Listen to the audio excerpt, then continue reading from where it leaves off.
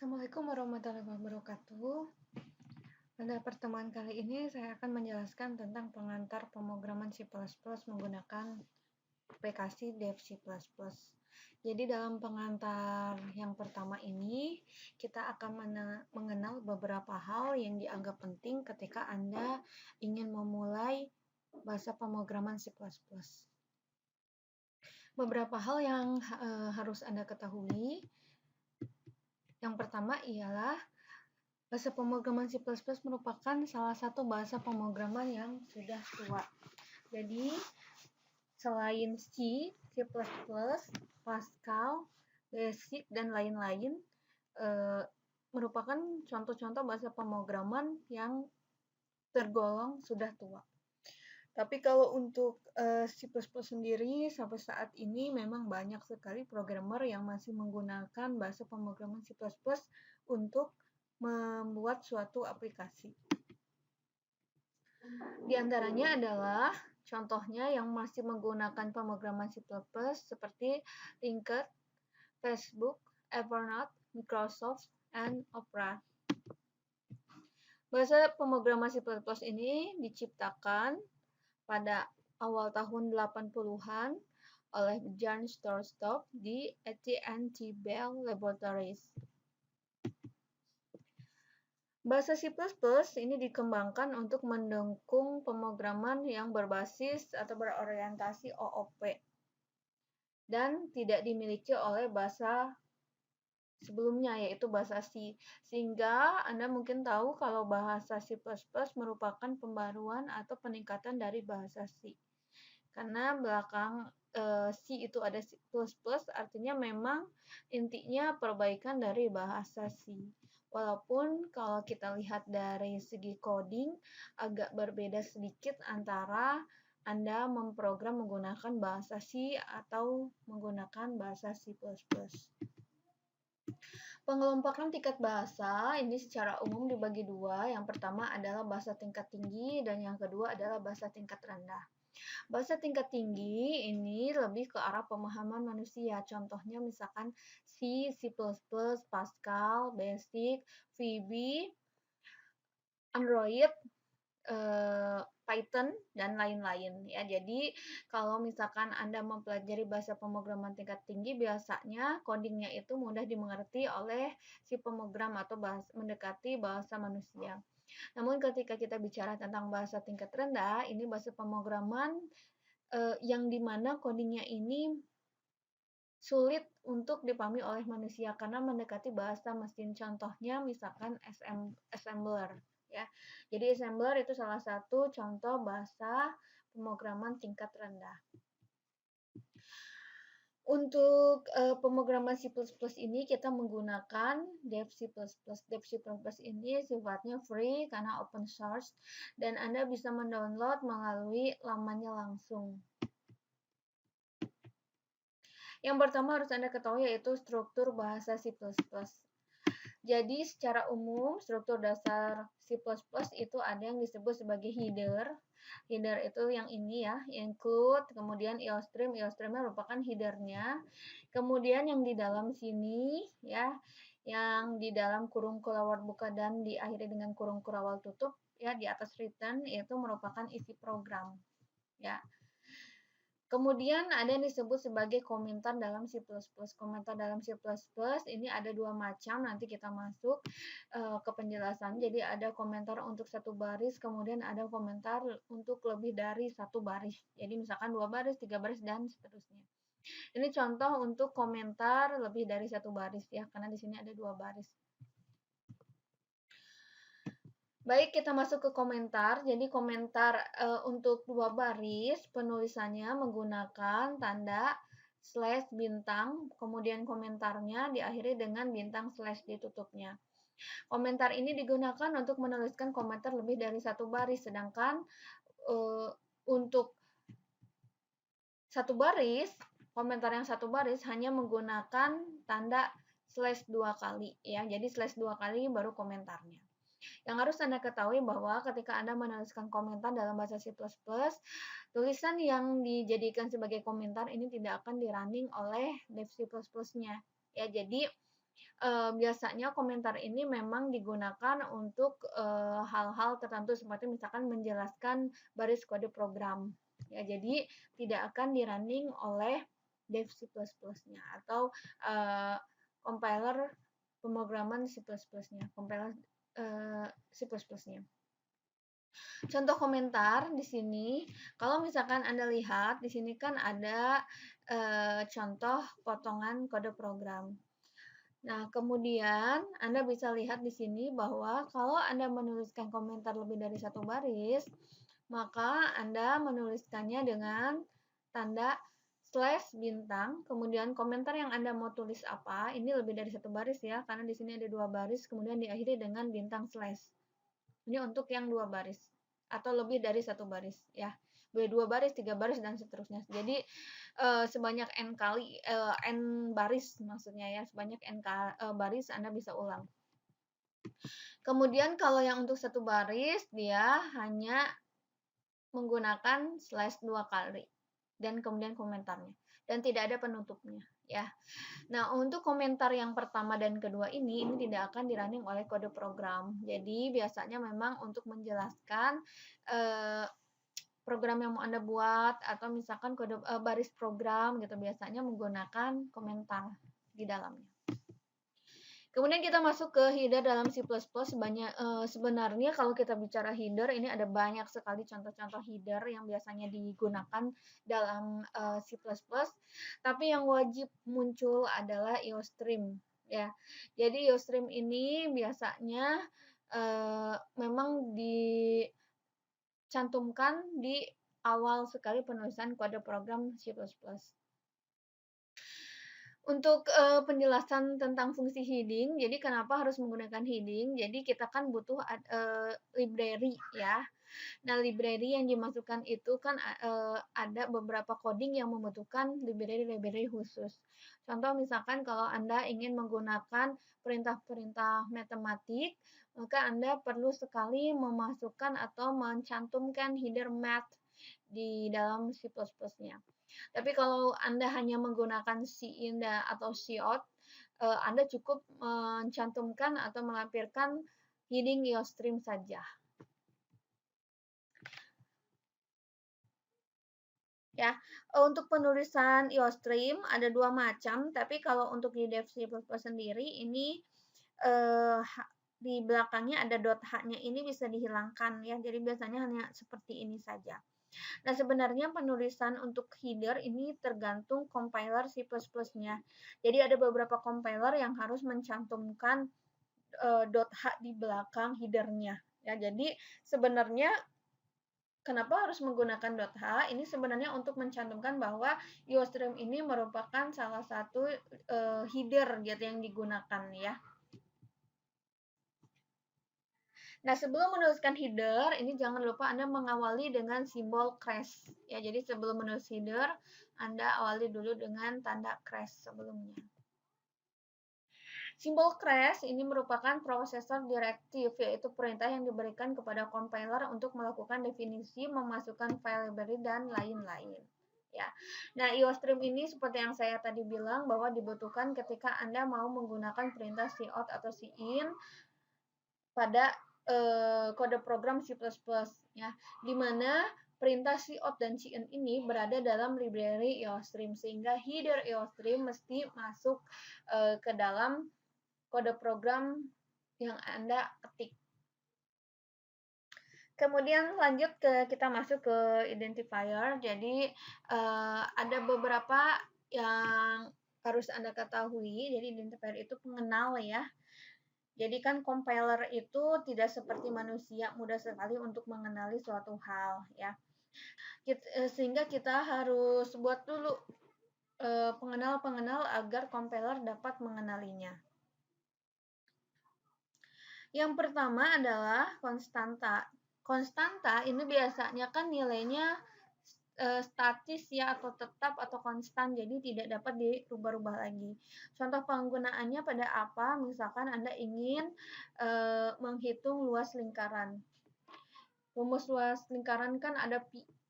pi(r) kuadrat ya. Jadi pi-nya itu adalah suatu ketetapan atau konstantanya. Jadi selalu 3,14 atau 22/7.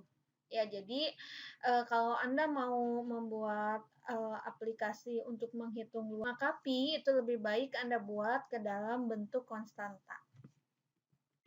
Kemudian selanjutnya adalah ada yang disebut sebagai variabel. Nah, variabel ini pengenal digunakan untuk mewakili suatu nilai dalam kode program. Ya, variabel sendiri ini bisa bersifat statis dan dinamis tergantung kebutuhannya. Kalau Anda lihat di layar, deklarasi penamaan variabel ini dimulai dari tipe data, kemudian spasi, selanjutnya adalah nama variabel. Ya, misalkan contoh di sini ada int. Int artinya tipe data integer. Penulisan tipe data integer ini cukup disingkat menjadi int saja. Kemudian tinggi. Tinggi di sini adalah nama variabelnya. Baru diakhiri dengan tanda titik koma. Ini contoh pendeklarasian variabel. Ya, untuk penamaan variabel, apakah ada tata cara khusus? Ada. Jadi, ketika Anda mau menuliskan atau suatu variabel, menamakan variabel, ada beberapa aturan-aturan yang harus Anda ketahui ya, dan tidak boleh Anda langgar karena bisa jadi nanti error ketika Anda compile. Bicara tentang variabel, ada yang disebut sebagai variabel global dan variabel lokal ya. Untuk variabel global, pendeklarasiannya di atas integer main ya. Ini kan main utamanya. Jadi sebelumnya di sini ada deklarasi misalkan int a titik koma, artinya variabel a dengan tipe data integer merupakan variabel global. Apa perbedaannya antara global dan lokal? Ketika global Anda bentuk ke dalam bentuk function, maka beberapa fungsi yang Anda buat ini bisa menggunakan variabel yang sama yaitu a. Tapi kalau untuk variabel lokal, Anda bisa lihat di sini perbandingannya. Kalau untuk lokal, dia disimpannya di dalam main utamanya, jadi diisi programnya. Sehingga hanya blok ini saja yang bisa menggunakan variabel a, karena digunakan untuk lokal saja. Sedangkan untuk global, dia dideklarasikan di awal, sehingga nanti kalau misalkan Anda membuat suatu program menggunakan fungsinya ada banyak nih dan butuh beberapa variabel. Nah, Anda bisa menggunakan variabel yang sama, misalkan A. Yang penting dideklarasikannya di atas, gitu. Ya. Ini deklarasi variabel contohnya. Jadi nama variabelnya A, tipe datanya integer. Ya, kemudian diakhiri dengan titik koma. Ini jangan lupa menggunakan spasi. Kemudian ada yang disebut juga sebagai variabel statis dan variabel dinamis.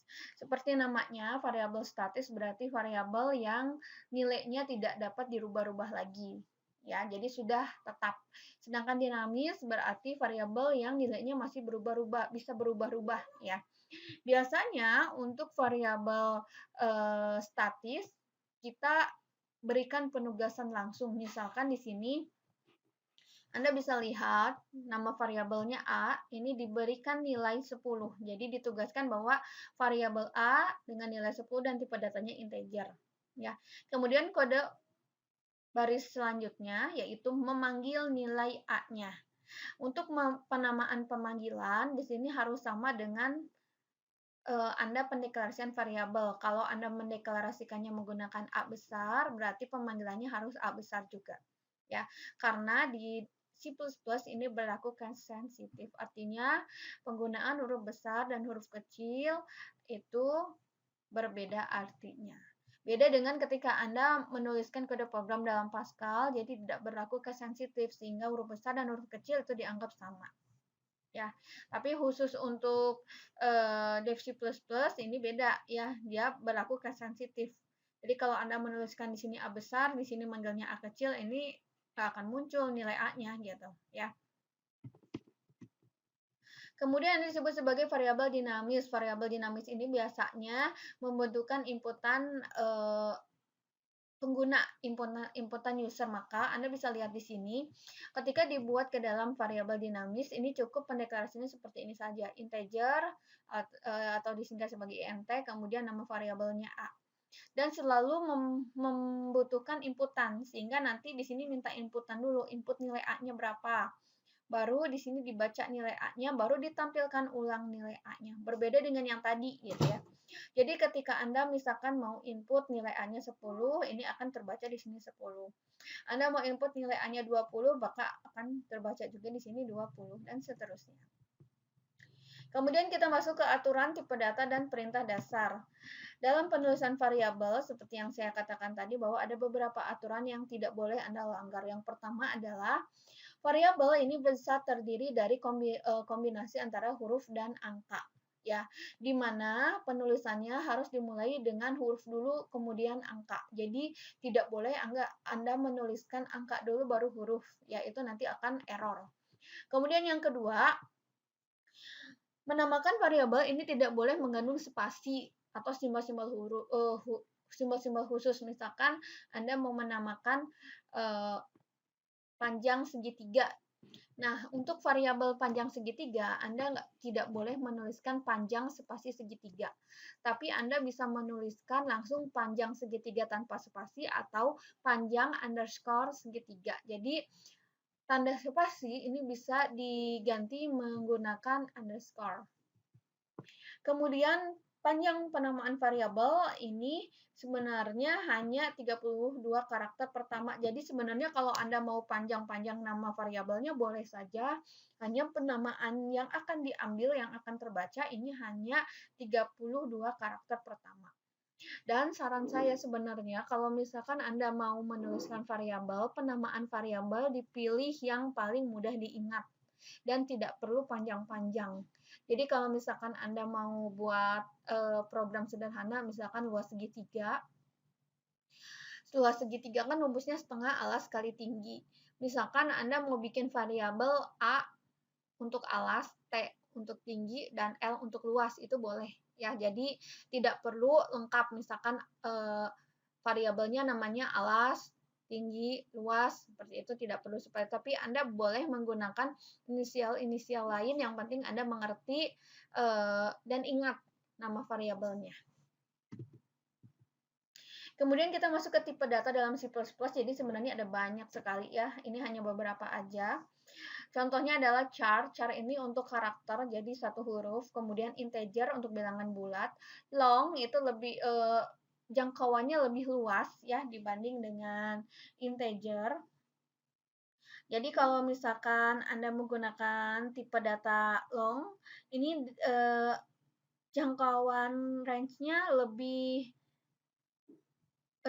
besar daripada integer. Kemudian float itu biasanya digunakan untuk bilangan-bilangan pecahan, termasuk double juga sama ya. Hanya bedanya penggunaan float dan double ini lebih akurat menggunakan double karena jangkauannya lebih besar daripada float. Kemudian boolean ini biasanya digunakan untuk tipe data yang menghasilkan keputusan true atau false saja. Jadi hanya ada dua pilihan, nanti hasilnya kalau tipe datanya boolean benar atau salah saja. Nah, ini perintah dasar dalam C++, ada cout dan cin. Jadi cout ini untuk menampilkan data ke dalam layar, sedangkan cin dia membaca datanya atau nilai variabel. Jadi kalau tadi input nilai A, nah input nilai A itu menggunakan cout kode programnya. Tapi untuk membaca nilai yang diinput oleh user, kita membutuhkan perintah cin gitu ya. Jadi setelah menuliskan cout, ini biasanya ada diikuti dengan tanda insertion short atau output operator ya. Tandanya seperti ini. Ya, kurung siku 2 kali. Kemudian kalau untuk sin ini perbedaannya kebalikan dari cout ya. Kalau cout itu insertion operatornya buka ya, tapi kalau untuk sin dia tutup, jadi kurung sikunya tutup ya. Disebut juga sebagai input operator atau extraction operator. Kemudian ada lagi perintah dasar yang lain, yaitu endl atau backslash n ya. ENDL atau itu singkatannya atau kepanjangan dari M-line. Ini merupakan fungsi manipulator yang digunakan untuk pindah baris atau kita biasa menyebutnya sebagai enter. Nah, bagaimana dengan backslash n? Sebenarnya sama aja, perbedaannya adalah pada penulisan kode programnya, tapi fungsinya ini sama. Jadi keduanya digunakan untuk pindah baris atau untuk mengenter hasilnya. Jadi supaya tampilannya itu tidak dalam satu baris. Ya. Kemudian ada Anda mungkin ketika menggunakan C++, yang pertama kali Anda lihat adalah kenapa kata-kata atau kode program using namespace std ini selalu muncul. Jadi sebetulnya kalau Anda tidak mau menggunakan using namespace std ini boleh, cuman penulisan kode programnya ini agak sedikit berbeda. Anda bisa lihat di ruas sebelah kiri dan ruas sebelah kanan, ini sama-sama programnya hanya menampilkan kata di layar belajar C++ dan sangat mudah. Hanya dua penampilan seperti ini. Perbedaannya adalah yang pertama, kalau Anda menggunakan using namespace, Anda tuliskan di atas main utama. Ya, di atas integer main ini dituliskan using namespace. Kalau yang tidak menggunakan, berarti Anda tidak usah tulis di sini. Kemudian apalagi perbedaannya, ketika Anda mau menampilkan data, Anda kan perlu menggunakan perintah cout. Cukup kalau untuk menggunakan using namespace, Anda cukup menuliskan kata cout saja. Tapi kalau Anda tidak menggunakan using namespace di atas, berarti Anda mesti menggunakan perintah std.2 seperti ini ya. Dan ini harus selalu Anda tulis. Jadi apabila Anda tidak ingin menuliskan hal yang sama berulang-ulang seperti ini, Anda boleh menambahkan jadi menggunakan namespace std. Ya, jadi selalu ada std sebenarnya di sini ya. Cuman tidak dideklarasikan langsung di bagian kode programnya gitu. Kemudian kita masuk ke operator dalam C++. Yang pertama adalah operator penugasan ya. Jadi menggunakan tanda sama dengan ini Anda bisa lihat bahwa nama variabelnya di sini bilangan, tipe datanya integer, dan ini contoh penugasan dengan memasukkan nilai 5 ya. Jadi nanti ketika menampilkan di layar dia akan membaca nilai 5-nya gitu. Jadi nanti hasilnya ketika di running bilangan sama dengan 5 gitu. Kemudian operator unary itu contohnya seperti plus, minus, plus, min. Nah, yang sering digunakan adalah yang ini, bagian ini, increment dan decrement. Nanti penulisannya, untuk yang penaikan,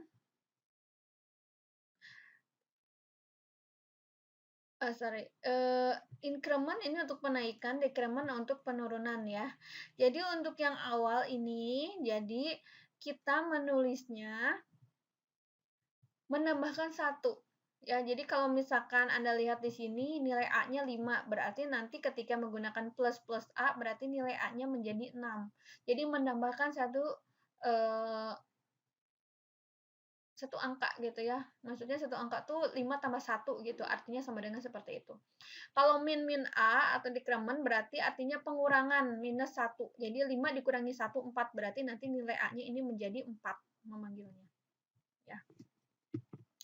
Kemudian operator binary ini ada banyak, yang paling sering sekali adalah aritmatika. Aritmatika itu penjumlahan, pengurangan, perkalian, pembagian, termasuk sistem bagi atau modulo. Ya, ini penggunaannya hampir sama ya. Jadi Anda bisa lihat di contoh pemakaian codingnya, tinggal kayak gini aja, 10 tambah 2, 10 minus 2 dan lain-lain ya. Kemudian operator binary untuk logika itu seperti lebih besar, lebih kecil, lebih besar sama dengan, lebih kecil sama dengan, atau tidak sama dengan. Agak berbeda sedikit ketika Anda menuliskan secara manual dengan Anda convert ke dev C++-nya ya. Jadi kalau untuk misalkan seperti lebih besar sama dengan, biasanya kan Anda menuliskan seperti ini ya. Tapi ketika Anda menuliskan dalam kode pemrograman dev C++ atau C++, berubah menjadi lebih besar baru sama dengan. Termasuk tanda tidak sama dengan. Kalau tidak sama dengan kan biasanya hanya sama dengan dicoret ya. Tapi kalau misalkan nanti ketika Anda menuliskan di kode program, ini penulisannya beda. Jadi tanda seru dulu baru sama dengan gitu. Ya. Dan operator logika ini hanya menghasilkan nilai 0 dan 1 saja.